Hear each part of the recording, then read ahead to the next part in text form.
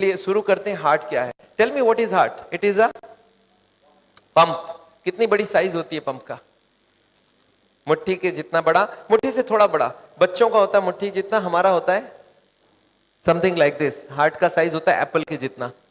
मैं आपको दिखाना चाहता हूं हार्ट कैसा होता है। देखिए हार्ट कहां पे रखी होती है।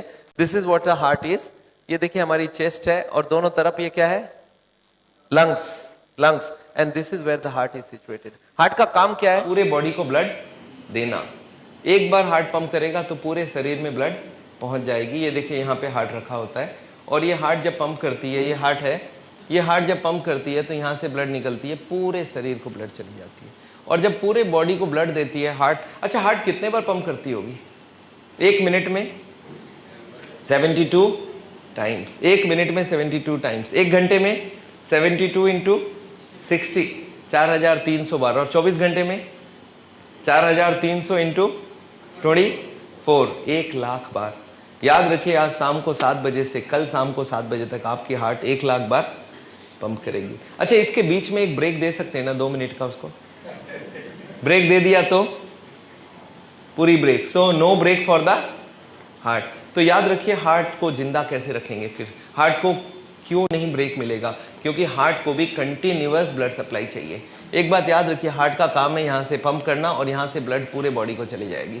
और इस वक्त हार्ट अपने लिए 3 छोटे छोटे ट्यूब लेता है और ये ट्यूब्स हार्ट को ब्लड सप्लाई करती है और उसी ब्लड के जरिए हार्ट कंटिन्यूअस चलते रहती है। और ये सप्लाई अगर बंद हो जाए तो हार्ट की बीमारी हो जाती है। सप्लाई बंद हो जाए मतलब ये जो 3 ट्यूब आपको दिख रहा है इनके नाम है कोरोनरी आर्टरीज। और इनके अंदर अगर कोलेस्ट्रॉल और चर्बी जम जाए तो क्या होगा? हार्ट की ब्लड सप्लाई धीरे धीरे कम होने लगेगी और इसी को ही बोलते हैं कोरोनरी हार्ट डिजीज, जिसको सुनने के लिए आप आए हैं, जिसके करीब 7 करोड़ पेशेंट, इसको बोलते हैं एंजाइना, इसको बोलते हैं इस्कीमिया, इसको बोलते हैं कोरोनरी हार्ट डिजीज। और इसी बीमारी को हार्ट अटैक से ही माना जाता है। इस बीमारी में क्या होती है कि ये 3 ट्यूब के अंदर चर्बी जम जाती है, कोलेस्ट्रॉल और फैट जम जाती है। तो हार्ट की ब्लड सप्लाई बढ़ जाएगी, कम हो जाएगी? कम हो जाएगी। चलिए और एक बात बता दूं, अगर 100 पेशेंट हार्ट का कोई देखता है डॉक्टर, उसमें से 98 पेशेंट तो ब्लॉकेज वाले होते हैं। 1-2 और रह गए, कौन होंगे बताइए? तो आपने सुना hole in the heart, heart में छेद है। आपने सुना वाल्व खराब हो गया है।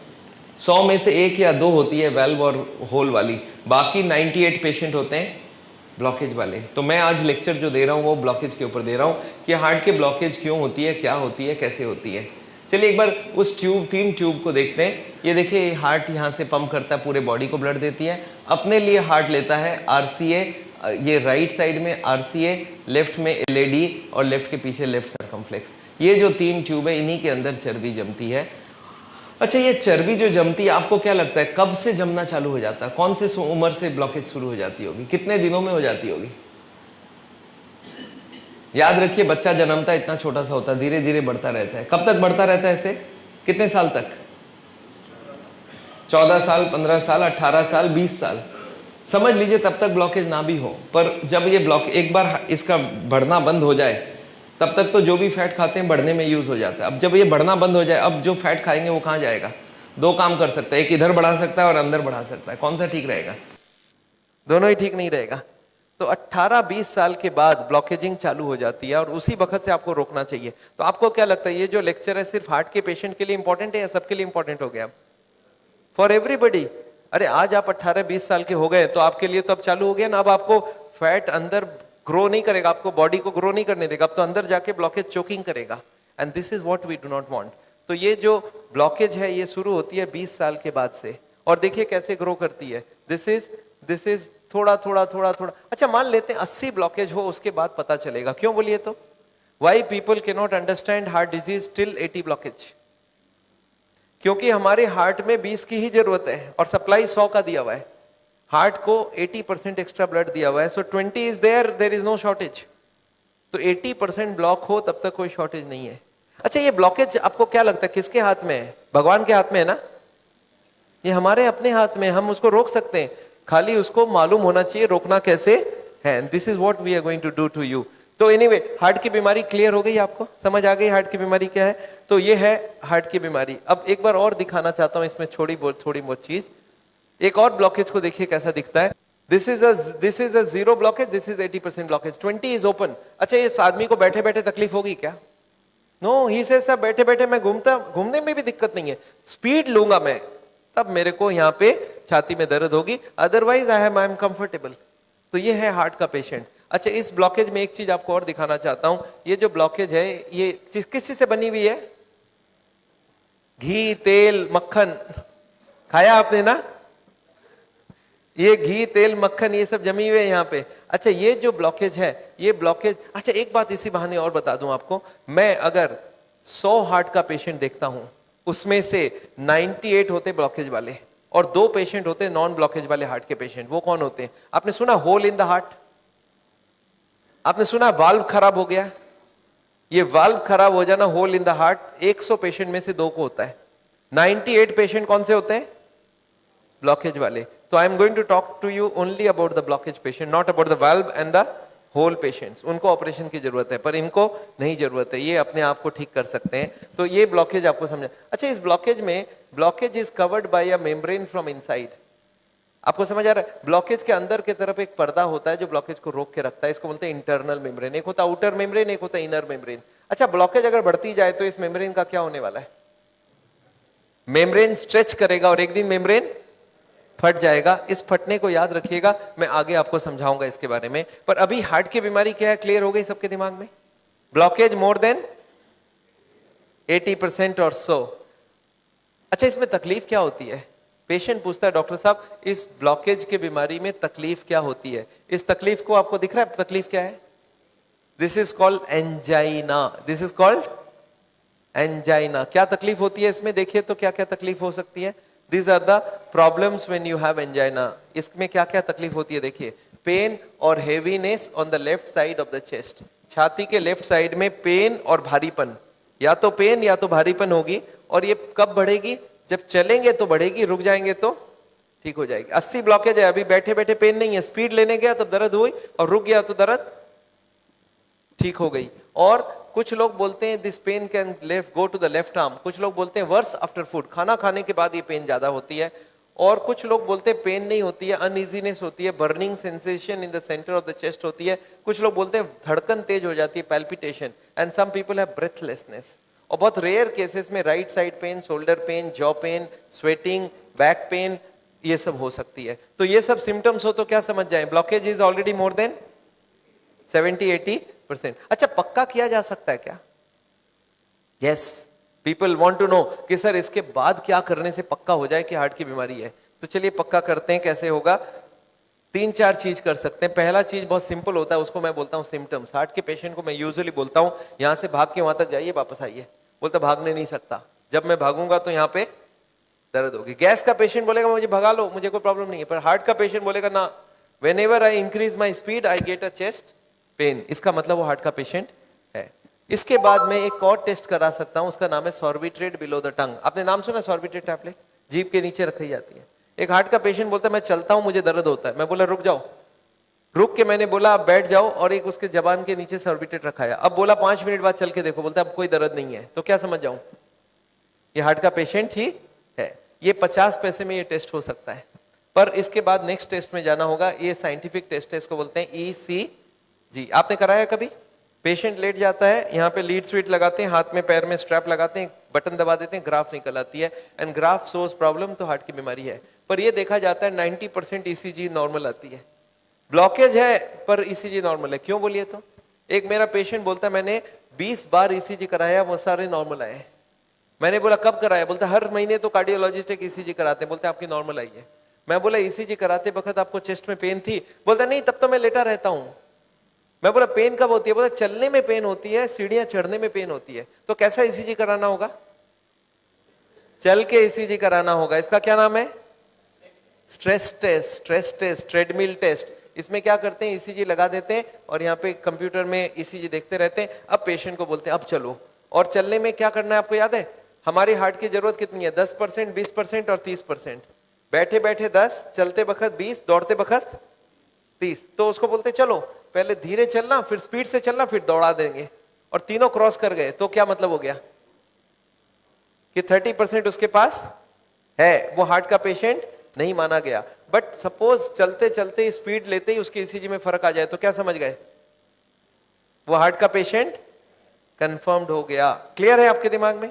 एक नई टेस्ट आ गई है जिसका नाम है सीटी कोरोनरी एंजियोग्राफी। इसमें आपको को एडमिशन का जरूरत नहीं है, within 5 minutes they can tell you how much blockage is there, and this is called CT, non invasive CT angiography. और ये आजकल आ गई है। इसमें क्या करना है, इस टेबल पे आप लेट गए, टेबल मूव करेगा इनसाइड, यहाँ पे कैमरा घूमेगी और एक इंजेक्शन देंगे, and within 2 minutes you will know how much blockage is there. आपको क्या लगता है ये टेस्ट पॉपुलर हो जाएगा, नहीं हो जाएगा? And it now the cost has gone down. मैं इस टेस्ट को 10-12 हजार में बनती थी, आजकल हम लोग 6,000-7,000 में करवा रहे हैं। 7,000 रुपीज एंड 5 मिनट्स, 6,000 इनफैक्ट अभी हम लोग 6,000 में कोई से एग्रीमेंट कराए हैं कि 6,000 में हमारे पेशेंट को ये करके दो। 6,000 rupees and 5 minutes and you know the blockage. आपको क्या लगता है ये टेस्ट धीरे धीरे पॉपुलर होगी कि नहीं? बंबई में 10-15 मशीन ऑलरेडी लग चुकी है। ये टेस्ट पॉपुलर हो रहा है, किस लिए? आम आदमी बोलता है मुझे काटे बगैर ब्लॉकेज पता करना है। पर एक प्रॉब्लम हो गई इस टेस्ट के साथ। क्या हो सकता है? कुछ लोग ये टेस्ट को पसंद नहीं करते हैं। वो कौन से लोग होंगे? जो तार घुसाने वाली काम करते हैं। आपको समझ आ रहा है? जो तार घुसाने वाला काम करते हैं उसको ये टेस्ट एकदम पसंद नहीं है। और वो कार्डियोलॉजिस्ट जो हॉस्पिटल में काम करते हैं उनसे जाके पूछेंगे ये टेस्ट कैसी है तो क्या बोलेंगे? आपको क्या लगता है बीजेपी को पूछेंगे कांग्रेस कैसा काम कर रहा है तो क्या जवाब मिलेगा? बहुत सिंपल सी बात है। मैंने देखा कार्डियोलॉजिस्ट से जब भी इस टेस्ट की बात करो बोलता नहीं वो टेस्ट एकदम काम की नहीं है, हमारी वाली टेस्ट बहुत एक्यूरेट है। ऐसा सुना आपने? अच्छा, ये एक्यूरेट की बात सोचते हैं। आपने सुना एंजियोग्राफी में वो बोलते हैं एक्यूरेट। अच्छा, एंजियोग्राफी कोई ने किया है? यहाँ पे कोई है यहाँ एंजियोग्राफी किया है? There are some people who have done angiographies. ये एंजियोग्राफी में कभी ब्लॉकेज देखा आपने? इसमें लिखा होता है 70%, 80% एंड 90%। आपने देखा ऐसा? अच्छा, कुछ राउंड राउंड नहीं लग रहा है 70, 80 एंड 90? भाई 71 भी तो हो सकता है, 72 भी तो हो सकता है, 73.5 भी तो हो सकती है। ये 70, 80 एंड 90 क्यों होगा भाई? आपको क्या लगता है कुछ गड़बड़ है कि नहीं है? अच्छा, ये जो 70, 80, 90 है ना, ये भी कार्डियोलॉजिस्ट टू कार्डियोलॉजिस्ट बदल जाती है। मेरे पास दिल्ली में एक पेशेंट आए, आके बोले डॉक्टर साहब मेरा ना कल 10% कम हो गया ब्लॉकेज। मैंने बोला ऐसे कैसे हो गया? बोला नहीं एस्कॉर्ट्स वाले तो 80 बोल रहे थे, अपोलो 70 ही बोला है। मैं बोला अब कैसे लग रहा है? बोला कल से दर्द काफी कम लग रहा है। अच्छा, आपको लगता नहीं है 70 एंड 80 में फर्क बहुत बड़ा है? 5 साल का फर्क है। तो एंजियोग्राफी इतनी एक्यूरेट है कि 70-80 के बीच में डिस्टिंग्विश नहीं कर सकती है। इसका मतलब क्या है कि बहुत एक्यूरेट कोई टेस्ट नहीं है। 5 साल आगे की और 5 साल बाद की आप बता नहीं सकते हो एक एंजियोग्राफी करके, वो भी डॉक्टर टू डॉक्टर 5-10% इधर उधर हो जाती है। तो ये टेस्ट का इतनी कोई एक्यूरेसी है नहीं। So I would always want a normal angiography, the CT angiography, जहां पे बॉडी को काटने की कोई जरूरत ना पड़े। एनीवे, तो हार्ट की बीमारी क्या है, ये पहला चैप्टर हमारा करीब करीब क्लोज। मैं एक नई टेक्निक आपको इसी वक्त बताना चाहता हूं। There is a new machine which has come which can open the collaterals. देखिए कोलैटरल्स का क्या मतलब है। ये ब्लॉकेज है, बाईपास सर्जरी में क्या करते हैं, एक नई ट्यूब लगा देते हैं। इसमें क्या करते हैं, जो हार्ट की ये ब्रांच है और ये ब्रांच है, इनको जोड़ देते हैं आपस में, and there are so many small tubes, जो इसको जुड़ जाए तो ब्लड यहाँ से आने लगे। ये जो छोटे छोटे ट्यूब है, ये मैंने बोला था स्पोर्ट्समैन चालू करके रखते हैं, और स्पोर्ट्समैन चालू कर दिया तो क्या हो गया, उसके पास 2 सप्लाई हो गई, एक तो ये ओरिजिनल है और एक साइड वाली भी है। इसको बोलते हैं कोलैटरल। बैंक में आपने लोन लेते हुए देखा है कभी? कोलैटरल्स बोलते हैं। कोलैटरल मतलब क्या, कि ये फेल हो जाए तो दूसरा कोई होना चाहिए। तो ये कोलैटरल्स भगवान ने हमें दे के रखा है।